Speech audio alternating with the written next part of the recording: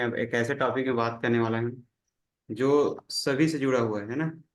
सभी से जुड़ा ये है कि उसको डेली लाइफ में हम इतना उपयोग करते हैं ना कि लोगों को अंदाजा नहीं रहता कि कोई चीज़ हमारे लिए इतना घातक होती है ना।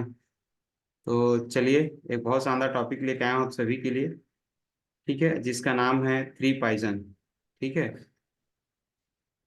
Okay, I am going to share some slide. ठीक है, चलिए साथियों, आज मैं थ्री वाइट पॉइजन, तीन सफेद जहर के बारे में बात करने वाला हूँ। Am I audible? Gaurav sir, मैं सुनाई दे रहा हूँ? जी सर, वॉइस क्लियर। ओके।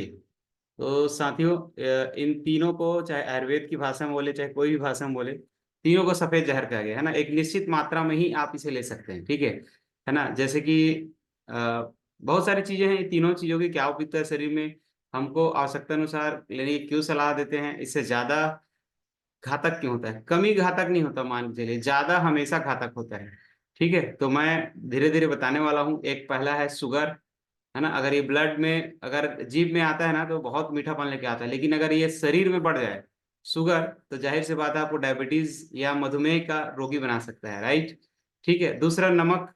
ठीक है, बोलते हैं ना, मैंने उनका नमक खाया है, ऐसा बोलते हैं ना। ठीक है, लेकिन जरूरत से ज्यादा नमक खाना भी अपने आप में घातक है। तीसरा मैदा, जो कि मेरे हिसाब से किसी भी मात्रा में सही नहीं है। ठीक है, मैदा को अगर छोड़ देना तो बाकी की थोड़ा बहुत उपयोगिता भी है, लेकिन मैदा की जरा से भी उपयोगिता नहीं। ये तीनों चीजें बनती कैसी है, इनको कितनी मात्रा में लेनी चाहिए, इन सब पे मैं अभी डिस्कशन करने वाला हूँ। बशर्ते आपको 10 मिनट बने रहना पड़ेगा। तो वंस अगेन, चलिए आगे बढ़ते हैं। ठीक है, मैं नहीं कह रहा WHO क्या कहती है। देखिए, इन सब तीनों चीजों की उपयोगिता को लेकर के, है ना, वर्ल्ड साल्ट अवेयरनेस वीक, पूरे वर्ल्ड का हेल्थ का कौन केयर करता है? विश्व स्वास्थ्य संगठन केयर करता है। ठीक है, जिसे बताया गया है कि ज्यादा नमक खाने से 7 साल में, ठीक है, 7 साल में लगभग 70 लाख लोगों की नमक से होने वाली बीमारियों के चलते मौत हो सकती है। ठीक है, 7 साल में, मतलब अभी 23 से मैं रिपोर्ट दिया था, 7 नवंबर 2030 तक, है ना। 2030 में अगर लोग जरूरत से ज्यादा मात्रा में नमक लें तो लगभग लगभग 70 लाख लोगों की डेथ हो सकती है। क्यों, आगे बताने वाला हूँ। ठीक है, और इसीलिए से हमको ना अपने खाने से 30% नमक को घटा देनी चाहिए, ताकि आपको घातक बीमारी है जो कि आपके हार्ट को कमजोर करती है, एक्चुअल में नमक आपके हार्ट को कमजोर करती है। ठीक है, उनसे आप बच सके। ठीक है, चलिए आगे चलते हैं। देखिए, पुराने जमाने में लोग क्या करते थे मालूम है? मिठास के लिए केवल गुड़ का उपयोग करते थे। राइट, गुड़ जानते होंगे, शुगर केन या गन्ने से बनता है, या कई चीजों से और अलग अलग चीजों से भी गुड़ बनता है आजकल। ठीक है, और लेकिन अभी आधुनिक युग में देखे होंगे इसकी उपयोगिता बहुत ज्यादा लिमिटेड हो गया है, और उसकी जगह चीनी ने स्थान ले लिया है। चीनी का उपयोग बहुत ज्यादा कर रहे हैं लोग। और सबसे इंपॉर्टेंट पार्ट है, आपको नोट डाउन करना चाहिए, अगर आप नोट कर रहे होंगे तो, अधिक चीनी खाने से हमारे शरीर का जो उपापचय दर है, मेटाबॉलिज्म है, प्रभावित होता है। ठीक है, स्लो हो जाता है। और यही कारण है कि आपका कैलोरी बर्न नहीं होता और आप मोटा से मोटे होते जाते हैं। राइट, तो जिनको भी ज्यादा लत है मीठेपन की, प्लीज अभी कुछ दिनों तक, जब तक हमारे सिस्टम में, अवॉइड करिएगा। दूसरी इंपॉर्टेंट है, आंतों को पूरी तरीके से प्रभावित करती है, आंतों की मूवमेंट करने की शक्ति कम हो जाती है, जिसकी वजह से आपको कब्ज या कंस्टिपेशन बोलते हैं, उसकी समस्या आपको हो जाता है। और सबसे इंपॉर्टेंट बात है, मीठापन हमारे शरीर में एसिडिटी को बढ़ाता है, अम्लता को बढ़ाता है। और साइंस में रुचि रखने वाले लोग जानते होंगे कि कभी भी खाना जो है ना, अम्लीय माध्यम में नहीं पचता, उसके लिए शरीर को क्षारीय माध्यम चाहिए। जैसे कि पेंक्रियास से हमारा पेंक्रियाटिक जूस निकलता है, वो क्षारीय माध्यम का होता है ना। और वही जो है आगे जा करके हमारे खाना को पचाने में मदद करता है। तो ये अम्लता को बढ़ाता है। और एक चीज और है, ज्यादा खाने से ना, ज्यादा मीठा खाने से आपकी वो जो कहा जाए घाव भरने की क्षमता भी बाधित होती है। आप लोगों को पता होगा, शुगर रोगियों की घाव क्यों नहीं भरते? क्योंकि ये भी कुल मिलाकर के आपके शरीर में ज्यादा मीठा खाने से कोशिकाओं तक से सेल तक ऑक्सीजन ठीक से नहीं पहुंच पाता, उसमें भी ये बाधा करता है ज्यादा शुगर होना। ठीक है, इसी नाम से जब कभी भी आपको मीठापन की आवश्यकता पड़े, आपको कोशिश ये करना चाहिए ज्यादा से ज्यादा गुड़ का उपयोग करना चाहिए। गुड़ में, क्योंकि बेसिक प्रकृति का होता है, आपका क्षारीय माध्यम होता है, जो शरीर में अम्लता जो या एसिडिटी है उसे नष्ट करने में मदद करता है। डाइजेशन के लिए गुड़ बहुत जबरदस्त है। ठीक है, शरीर में हल्का सा गर्मी प्रदान करता है, इसी नाम से शरीर में आपका खाना थोड़ा अच्छे से पचता है। डाइट में दोस्तों, नमक को कैसे कम करें? अब बात आती है नमक यानी होता है सोडियम क्लोराइड, है ना। जरूरत से ज्यादा सोडियम लेने से मान के चलिए शरीर में इवन आपका पानी भरने जैसी समस्या भी उत्पन्न हो सकता है, जिसे वाटर रिटेंशन कहते हैं। इसी नाम से आपको कहा जाता है कि नमक का कम उपयोग करें। तो कैसे कम कर सकते हैं बता दें आपको। सब्जी बनाते समय थोड़ा कम नमक डालें, है ना। नमक का चम्मच को थोड़ा छोटा कर दें। जो डाइनिंग टेबल में हम लोग एक्स्ट्रा सॉल्ट उपयोग करते हैं, उस सॉल्ट का जो डिब्बा है या बोतल है, उसे हम लोग को हटा देनी चाहिए। और सब्जी में स्वाद बढ़ाने की जगह नींबू या खटाई का इस्तेमाल करना चाहिए, ठीक है। नींबू या खटाई करने से भी आपके स्वाद लगभग सेम आने रहते हैं, ठीक। और दो तीन प्रकार का नमक होता है साथियों। अगर नमक आपको खाना ही है, मैं नहीं कह रहा हूँ पूरी तरीके से बंद कर दीजिए, अगर आपको खाना ही है तो सबसे बहुत ही बहुत जबरदस्त है साधारण नमक, जो कि जितने भी समुद्री इलाका है, तटीय इलाकों या खारे पानी की झील से ये बनाया जाता है साधारण नमक। इसमें मशीन से रिफाइंड करके सफेद किया जाता है एक्चुअल में इसको, ठीक है। तो साधारण नमक का उपयोग कम करना चाहिए। लेकिन आपका काला नमक है ना। देखो काला नमक बनाते कैसे हैं। नमकीन पानी में हरड़ का बीज डालकर उबाला जाता है, इससे उसका रंग काला हो जाता है। और इसमें जो उसका जो काला रंग होता है ना, इसी नाम से इसको क्या कहा जाता है, काला नमक कहा जाता है। और पीसने के बाद ये हल्का गुलाबी हो जाता है। तो काला नमक में पौष्टिकता से भरपूर रहता है, आप काला नमक ले सकते हैं। और तीसरा अगर और बहुत जबरदस्त है, अगर ये ले सकते हैं तो और बेहतर है, सेंधा नमक। ये एक प्रकार का चट्टान की तरह होता है, पूरी तरीके से कुदरती होता है। और इसे बारीक पीस कर इस्तेमाल कर सकते हैं, जिसे उपवास में भी खाया जाता है, आप लोग को पता होगा, ठीक है। तो इसका आप इस्तेमाल कर सकते हैं। इनमें से सबसे बेस्ट है सेंधा नमक। ऊपर में जो चट्टान नुमा जो संरचना दिखाई दे रहा है, नमक का ये शुरू वाला सफेद नमक है। और उसके बाद आपका काला नमक है, और एक बीच वाला जो है आपका सेंधा नमक है, ठीक है। तो इन सब का उपयोग कीजिए, बेस्ट है। देखिए अगर हम वो बिल्कुल नमक को त्याग कर दें, ठीक है, तो पूरी तरीके से त्याग नहीं करना है, एक निश्चित मात्रा में आपको लेना ही है। अगर हम अ, अगर नमक अगर कम लेते हैं, कोई लोग लेते ही नहीं है, तो क्या क्या प्रॉब्लम हो सकता है। ब्लड प्रेशर की समस्या है, ठीक है। आपका ब्लड प्रेशर लो हो सकता है। टाइप 2 डायबिटीज का भी खतरा है ना।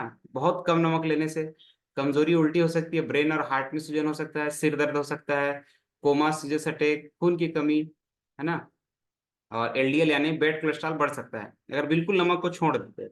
और लेकिन जरूरत से ज्यादा नमक खाएं तो फिर हो सकता है वही प्रॉब्लम है, किडनी को फिल्टरिंग में समस्या हो, किडनी में सूजन आ सकता है, बाल झड़ सकते हैं।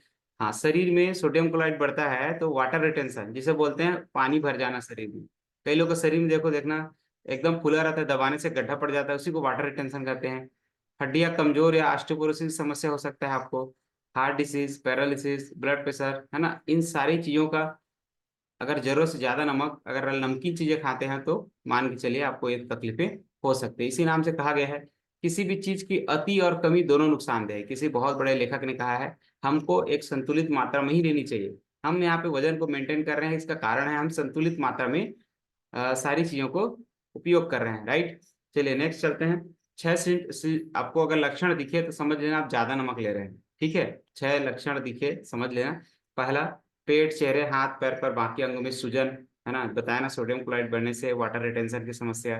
ब्लड प्रेशर की दिक्कत, प्यास अगर लग सकती है आपको, ज्यादा प्यास, ज्यादा पानी पीने के कारण आपको ज्यादा बाथरूम लगेगा, आपका वजन अचानक बहुत तेजी से बढ़ गया है, रात में अच्छी नींदें नहीं आ रही है, बेचैनी से महसूस कर रहे हैं, तो समझ लेना कि आपको कहीं ना कहीं ज्यादा नमकीन के शौकीन हैं और आप ज्यादा नमक ले रहे हैं। देखिए अब मैदा की बात करते हैं साथियों। तीसरा सफेद जहर की बात कर रहे थे, मैदा, ठीक है। मैदा बनता कैसे है। ये एक प्रकार का रिफाइंड ग्रेन है, प्रसंस्कृत अनाज है, ठीक है।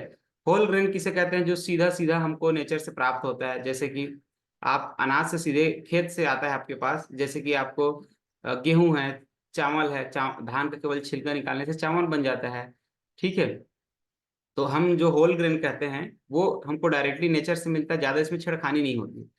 लेकिन जैसे कि गेहूं के छिलका को अगर निकाल दें, गेहूं के छिलका को निकाल देने से साथ ही वो मैदा बन जाता है। आप लोग को पता होगा, गेहूं की छिलका में फाइबर रहता है ना। गेहूं में कॉम्प्लेक्स कार्बोहाइड्रेट रहता है, और कॉम्प्लेक्स कार्बोहाइड्रेट की अगर ऊपर छिलका को हटा दें, गेहूं के छिलका को हटा दें, तो वो मैदा में बदल जाता है। और यही होता है, इसी को ही रिफाइंड ग्रेन कहते हैं, जैसे मैदा कहलाता है। इसके खाने के बाद का असर ये आंतों में फंस जाता है, क्योंकि इसमें फाइबर नहीं रहता, ठीक है। तो हमको क्या करना चाहिए, हमको ऐसी चीजों का सेवन करना चाहिए जिसमें फाइबर हो, यानी हमारी गेहूं जैसे आइटम है ना। तो आपको वजन बढ़ने का आसार हो सकता है अगर आप रिफाइंड ग्रेन खाते हैं, मैदा से चीज खाते हैं, तो बीपी और ब्लड शुगर बढ़ने का खतरा हो सकता है, कैल्शियम की कमी आ सकती है।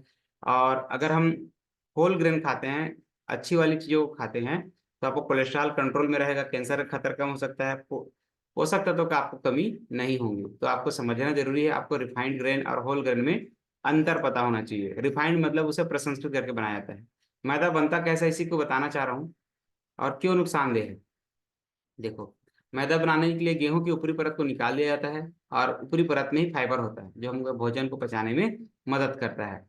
इसी नाम से गेहूं से बने आटा में फाइबर पाया जाता है जो हमको हमारे लिए सुपाच्य होता है। लेकिन सोचो जरा, उस छिलके को ही निकाल दें तो जाहिर सी बात है मैदा में कन्वर्ट होता है और आखिरी में जाकर के आंतों में फंस जाता है, और यही कारण है कि कम सेवन की सलाह दी जाती है। देखो साथियों, अगर रोज आप इस प्रकार के पिज्जा, बर्गर, ये जो जंक फूड टाइप की चीज देख रही हैं, सब के सब रिफाइंड खाने से बनता है। रिफाइंड खाना थोड़ा टेस्टी होता है। जैसे कि हम कोई भी तला भुना चीजें खा रहे हैं, आप देख सकते हैं आजकल जो वेस्टर्न पैटर्न में जो हमारा खाने की परंपरा चल बैठा है, तो इसे रिफाइंड फूड खाने से 27% तक दिल के रोगी को मौत का खतरा बना रहता है, 33% तक हार्ट डिसीज होने की आशंका है, और 46% लोगों को स्ट्रोक से आपका। ठीक है, आजकल देखते होंगे आजकल खान पान इतना खराब हो गया है कि नाचते गाते खेलते कूदते लोगों को हार्ट अटैक आ रहा है। ठीक है, आप लोग कभी कल्पना किए हैं कि आजकल इतनी समस्या क्यों आ रही है? ये कारण है हमारा जीवन शैली, जिसे हमको सुधारने की निश्चित रूप जरूरत है। ठीक है, आज से 3 साल पहले मैं भी इस कम्युनिटी में आया था। मुझे भी खाने पीने का कोई हिसाब किताब नहीं था, ऑफिस में रहता था, अधिकारी था चूंकि, तो जैसे पाया वैसे भोजन का सेवन करता था, समोसा, गुलाब जामुन जो मिल जाए। कभी कभी नहीं किया खाने पीने में, वही कारण है कि मैं बहुत ज़्यादा ओवरवेट हो गया था, और मैंने शानदार तरीके से 17 किलो वजन घटाया, और अपने फिटनेस लेवल को बहुत अपग्रेड किया हूँ। अपना फोटो बिफोर आफ्टर फिर से आपको शेयर करना चाहूँगा। ठीक है, आपको अच्छा लगे तो आप भी अपना बिफोर आफ्टर जरूर बनाइए। ठीक है, कितने लोग बनाएंगे बिफोर आफ्टर?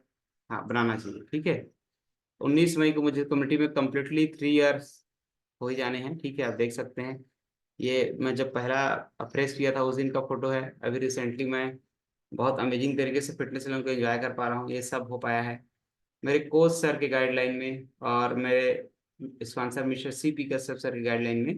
तो थैंक यू सो मच मेरे कोच सर, और भगवान स्वरूप आए जिंदगी में और मुझे इतना अच्छा शरीर प्रदान किए। तो थैंक यू सो मच, आप लोगों ने भी इतने धैर्य से सुना डेफिनेटली। ठीक है, तो चलिए, कुछ लोग होंगे, कितने कितने लोगों को टॉपिक समझ में आया है, हैंड राइज करेंगे, कितने लोग को अच्छा लगा, ये भी प्रतिक्रिया जानना चाहूंगा। अच्छा, टॉपिक पसंद आया तो 2 लिखिए, तो गौरव सर ने कहा 1 लिखिए, है ना।